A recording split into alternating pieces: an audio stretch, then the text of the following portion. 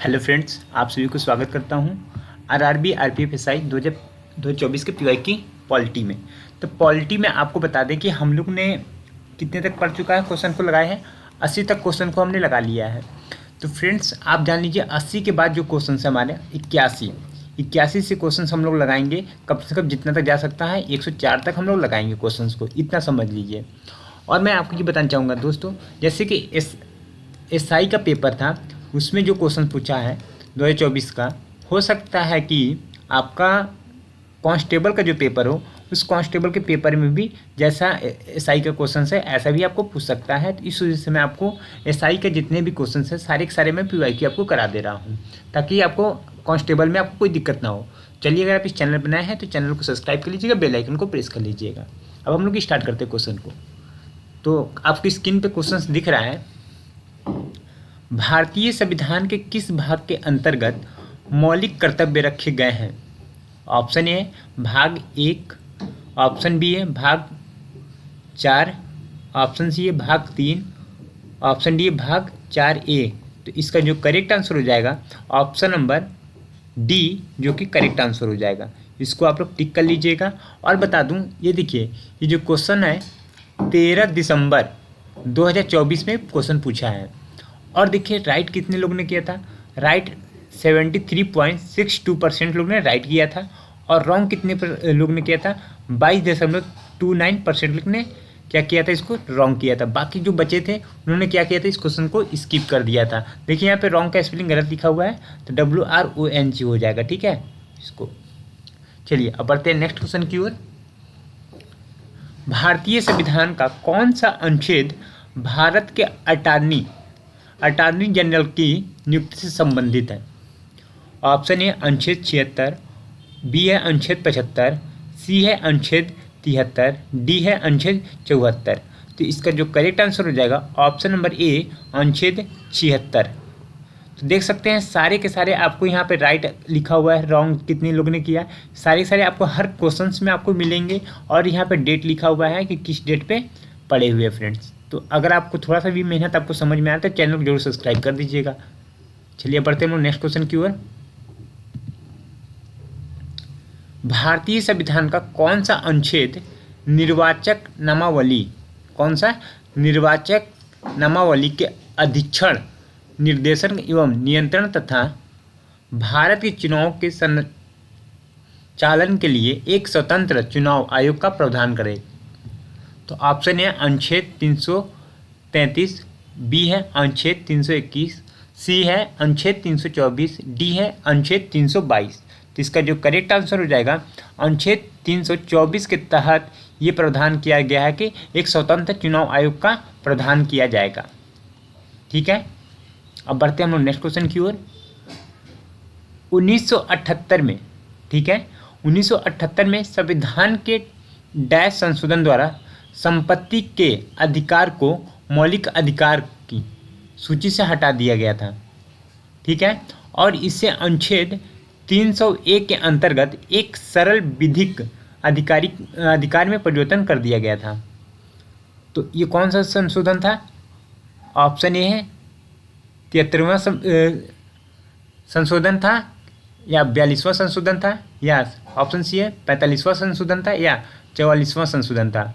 तो इसका जो करेक्ट आंसर हो जाएगा ऑप्शन नंबर डी 44वां संशोधन था। अब बढ़ते हैं हम लोग नेक्स्ट क्वेश्चन की ओर। भारतीय संविधान का कौन सा भाग नागरिकता से संबंधित है? ऑप्शन ए भाग 4, ऑप्शन बी भाग 6, ऑप्शन सी भाग 3, ऑप्शन डी भाग 2। तो इसका जो करेक्ट आंसर हो जाएगा ऑप्शन नंबर डी भाग 2, जो कि करेक्ट आंसर है। फ्रेंड्स अगर आपको यहाँ तक आपने वीडियो को देख लिया है, अगर आपने चैनल को नहीं सब्सक्राइब किया है तो चैनल को सब्सक्राइब कर लीजिएगा, बेल आइकन को प्रेस कर लीजिएगा। अगर आपको वीडियो पसंद आ रहा है, हमारी मेहनत पसंद आ रही है, तो चैनल को वीडियो को लाइक कर दीजिएगा। अब बढ़ते हैं नेक्स्ट क्वेश्चन की ओर। भारतीय संविधान के अनुच्छेद 19A के ए में डैश को संदर्भित करता है?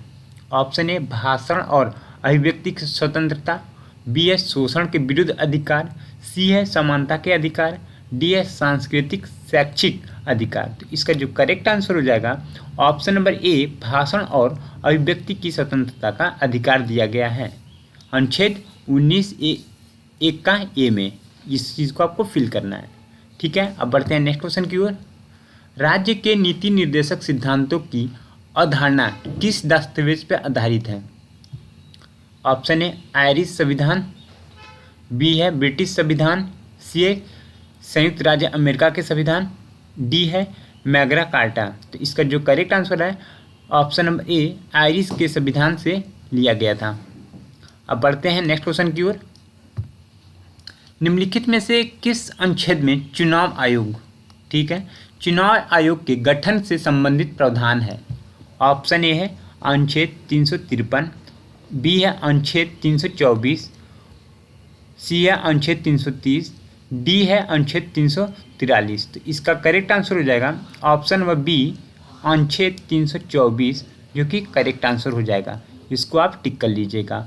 अब बढ़ते हैं नेक्स्ट क्वेश्चन की ओर। भारत में मौलिक अधिकारों की सुरक्षा और प्रवर्तन के लिए निम्नलिखित में से कौन जिम्मेदार है? कौन जिम्मेदार होता है? ऑप्शन ए, भारत का सर्वोच्च न्यायालय, या बी ऑप्शन है भारत निर्वाचन आयोग, सी है राष्ट्रीय मानवाधिकार आयोग, डी है संघ लोक सेवा आयोग। तो इसका जो करेक्ट आंसर हो जाएगा ऑप्शन नंबर ए, भारत का सर्वोच्च न्यायालय, जो कि राइट आंसर हो जाएगा। तो इसको हम लोग टिक कर देते हैं। अब बढ़ते हैं नेक्स्ट क्वेश्चन की ओर। भारतीय संविधान का निम्नलिखित में से कौन सा अनुच्छेद नियंत्रक एवं महालेखा परीक्षक, जिसे हम लोग शॉर्ट में बोलते हैं CAG, से संबंधित है?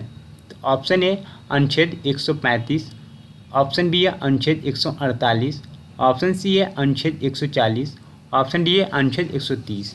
तो इसका जो करेक्ट आंसर हो जाएगा ऑप्शन नंबर बी, अनुच्छेद 148, जो कि राइट आंसर हो जाएगा। तो इसको आप लोग टिक कर लीजिएगा। अब बढ़ते हैं नेक्स्ट क्वेश्चन की ओर।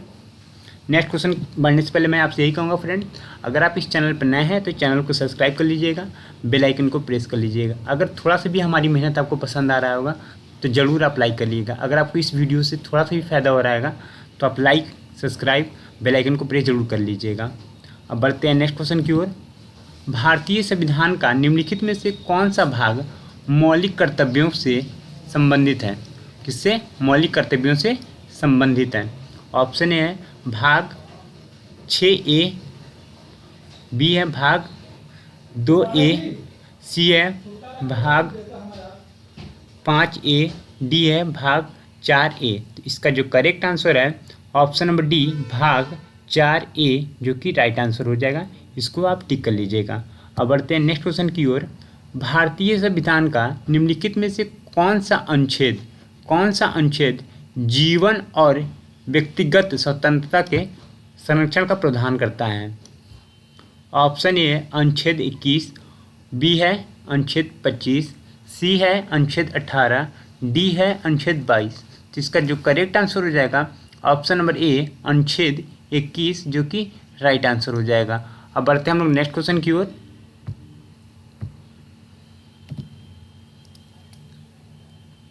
लिखा हुआ परिसंकटमय कार्य में बालकों के नियोजन पर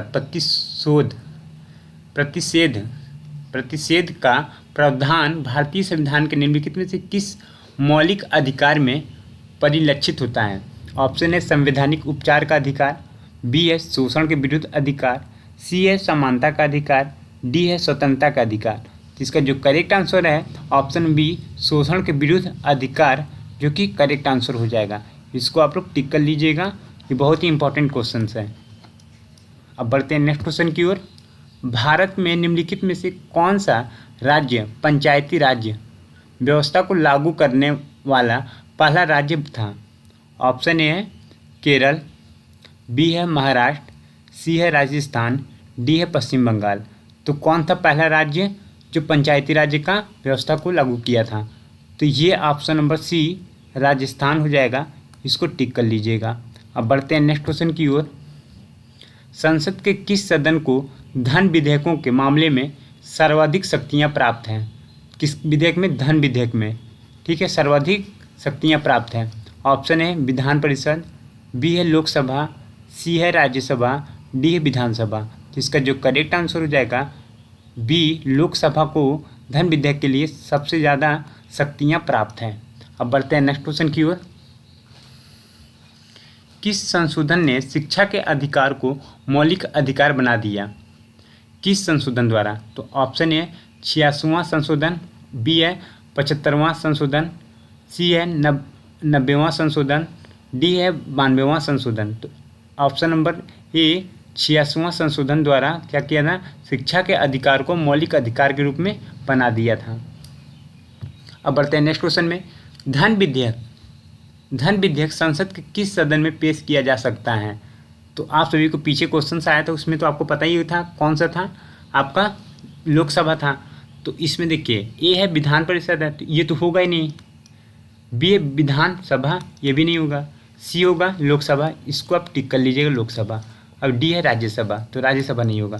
तो फ्रेंड्स, आपको वीडियो कैसा लग रहा है तो आप कमेंट जरूर करके बताइएगा, और आपको थोड़ा सा भी इस वीडियो से हेल्प मिल रहा है ना फ्रेंड, तो आप लोगों को शेयर करिएगा और चैनल को सब्सक्राइब कर लीजिएगा, क्योंकि आपको इसी तरीके से क्वेश्चंस को आपको मिलेंगे। अब बढ़ते हैं नेक्स्ट क्वेश्चन की ओर। निम्नलिखित में से कौन राज्यसभा का पदेन सभापति होता है? ऑप्शन ए है नेता प्रतिपक्ष, ऑप्शन बी है भारत का राष्ट्रपति, ऑप्शन सी है भारत का उपराष्ट्रपति, डी है राज्यसभा का वरिष्ठ सदस्य। तो इसका जो करेक्ट आंसर हो जाएगा ऑप्शन नंबर सी, भारत का उपराष्ट्रपति होता है, जो राज्यसभा का क्या बोलते हैं सभापति होता है। ऑप्शन नंबर सी जो कि करेक्ट है। अब बढ़ते हैं नेक्स्ट क्वेश्चन की ओर। राज्य के नीति निर्देशक कौन सा भैया? राज्य के नीति निर्देशक सिद्धांतों के प्रधान किसके अंतर्गत दिए गए हैं?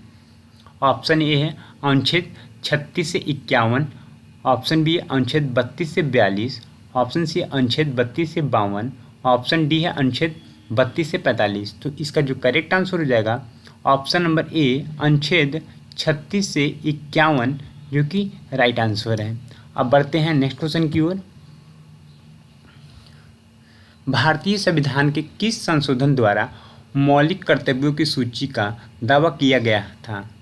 ऑप्शन ए है 42वां, ऑप्शन बी है 43वां, ऑप्शन सी है 41, ऑप्शन डी है 40। तो इसका जो करेक्ट आंसर हो जाएगा ऑप्शन नंबर ए 42वां, इसको करेक्ट कर लीजिएगा। अब बढ़ते हैं नेक्स्ट क्वेश्चन की ओर। भारत के राष्ट्रपति द्वारा राज्यसभा के कितने सदस्य मनोनीत किए जाते हैं? किसके द्वारा? राष्ट्रपति द्वारा। तो ऑप्शन ए 14, ऑप्शन बी है 10, ऑप्शन सी है 8, ऑप्शन डी है 12। तो ऑप्शन नंबर डी क्या है होगा 12, जो कि करेक्ट आंसर हो जाएगा। अब बढ़ते हैं नेक्स्ट क्वेश्चन की ओर। स्वतंत्र और निष्पक्ष चुनाव सुनिश्चित करने के लिए निम्नलिखित में से कौन सा संवैधानिक निकाय जिम्मेदार है? ऑप्शन ए भारत के राष्ट्रपति, ऑप्शन बी भारत का चुनाव आयोग, ऑप्शन सी भारत की संसद, ऑप्शन डी भारत का सर्वोच्च न्यायालय। तो इसका जो करेक्ट आंसर हो जाए भारत चुनाव आयोग ये जिम्मेदार होता है कि स्वतंत्र रूप से और निष्पक्ष रूप से चुनाव कराए। अब बढ़ते हैं नेक्स्ट क्वेश्चन की ओर। नीति आयोग जिसका अध्यक्ष कौन होता है? नीति आयोग का अध्यक्ष कौन होता है? ऑप्शन ए है उपराष्ट्रपति, ऑप्शन बी है गृह मंत्री, ऑप्शन सी है प्रधानमंत्री, ऑप्शन डी है राष्ट्रपति। तो ऑप्शन सी प्रधानमंत्री जो कि करेक्ट आंसर हो जाएगा, वो क्या होता है? नीति आयोग का अध्यक्ष होता है। शासन का एक रूप है जिसमें शासक जनता द्वारा चुने जाते हैं। अल्पाधिकार, धर्मतंत्र, फांसीवाद, लोकतंत्र। तो ऑप्शन डी है लोकतंत्र, जो कि करेक्ट आंसर हो जाएगा। तो फ्रेंड्स, आपको वीडियो कैसा लगा आप कमेंट करके ज़रूर बताइएगा। अगर आप इस चैनल पर नए थे तो चैनल को सब्सक्राइब कर लीजिएगा। जो पुराने लोग वीडियो को देख रहे हैं वो चैनल को क्या बोलते हैं वीडियो को लाइक कर दीजिएगा। अब हम लोग मिलते हैं नेक्स्ट वीडियो के लिए, तब तक के लिए जय हिंद दोस्तों, जय भारत। अब हम लोग नेक्स्ट वीडियो मिलेंगे, तब तक के लिए आप लोग अच्छे से तैयारी करिएगा।